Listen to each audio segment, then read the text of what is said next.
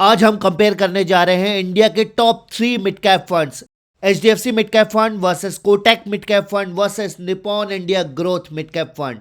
Hello guys, welcome to my channel best investment.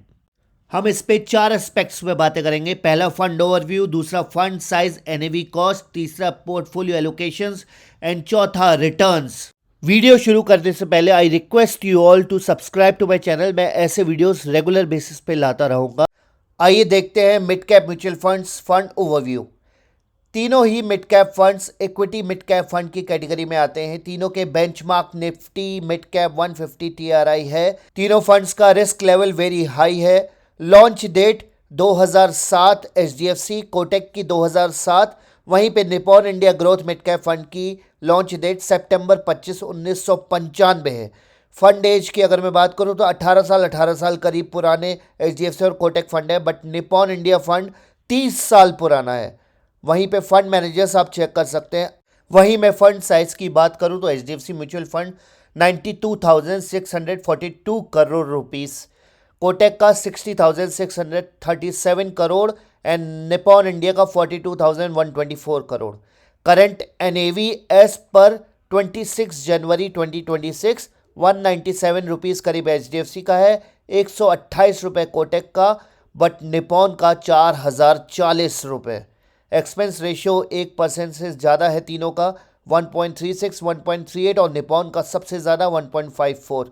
Exit load अगर आप 1 साल से पहले निकालते हैं तो 1% तीनों में लगेगा। मिनिमम एसआईपी आप 3,000 रुपये कर सकते हो तीनों में, और मिनिमम लमसम अमाउंट आप 5,000 रुपये इन्वेस्ट कर सकते हो तीनों में। रिटर्न सिंस इंसेप्शन, यानी कि जब से ये फंड्स लॉन्च हुए हैं तब से आज तक इन्होंने कैसा रिटर्न दिया है। CAGR compound annual growth rate की अगर मैं एचडीएफसी की बात करूं तो 17.33%, कोटक 14.52, बट निप्पॉन का सबसे हाई है 21.8%।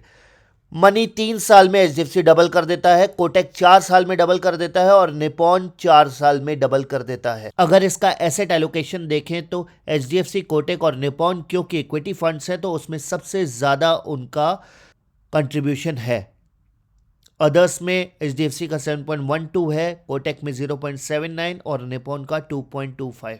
वहीं पे अगर मैं मार्केट एक्सपोजर की बात करूं तो as per the RBI guidelines mid cap funds को एटलीस्ट 65% मिड कैप स्टॉक्स में इन्वेस्ट करना जरूरी है। यहां पे एचडीएफसी ने 63.76 मिड कैप में किया है, कोटक ने 72.25 और निप्पॉन ने 69.93। बट देखने वाली बात यह है कि एचडीएफसी ने स्मॉल कैप स्टॉक्स में भी 20.56% सबसे ज़्यादा इन्वेस्ट किया है। वहीं अगर मैं ट्रेलिंग रिटर्न्स की बात करूं, ट्रेलिंग रिटर्न्स वो रिटर्न्स होते हैं जो पॉइंट टू पॉइंट रिटर्न्स बताते हैं, यानी पिछले 1 महीने, 3 महीने, 6 महीने, 1 साल, 3 साल और 5 साल में इन फंड्स ने कितना रिटर्न दिया है। 1 महीने में और 3 महीने में तीनों ही फंड्स ने नेगेटिव में रिटर्न्स दिए हैं, जहां कि एचडीएफसी ने सबसे अच्छा रिटर्न दिया है। बट 6 मंथ्स की अगर मैं बात करूं तो एचडीएफसी ने पॉजिटिव में रिटर्न्स दिए हैं 1.62%, बट कोटक और निप्पॉन ने नेगेटिव में रिटर्न्स दिए हैं। 1 साल की अगर मैं बात करूं तो एचडीएफसी सबसे आगे रहा है। 3 साल, 5 साल में भी एचडीएफसी ने सबसे अच्छे रिटर्न्स दिए हैं कंपेयर टू निप्पॉन और कोटक फंड्स। आइए अब बात करते हैं वन लाइन वर्डिक्ट की। HDFC mid cap fund best risk adjusted consistency के साथ लॉन्ग टर्म इन्वेस्टमेंट्स के लिए बहुत अच्छा है, और स्टेबिलिटी अगर चाहिए तो आप इस फंड के साथ जा सकते हो। Kotak mid cap fund most conservative mid cap fund है, एग्रेसिव रिटर्न्स की ज़रूरत नहीं है तो आप इस फंड के साथ जा सकते हो। Nippon growth mid cap fund long term wealth creator के लिए अच्छा है, वॉलेटिलिटी हाई है, एक्सपेंस रेशियो हाई है, लेकिन सीएजीआर ओवर द डिकेड्स बहुत अच्छा दिया है।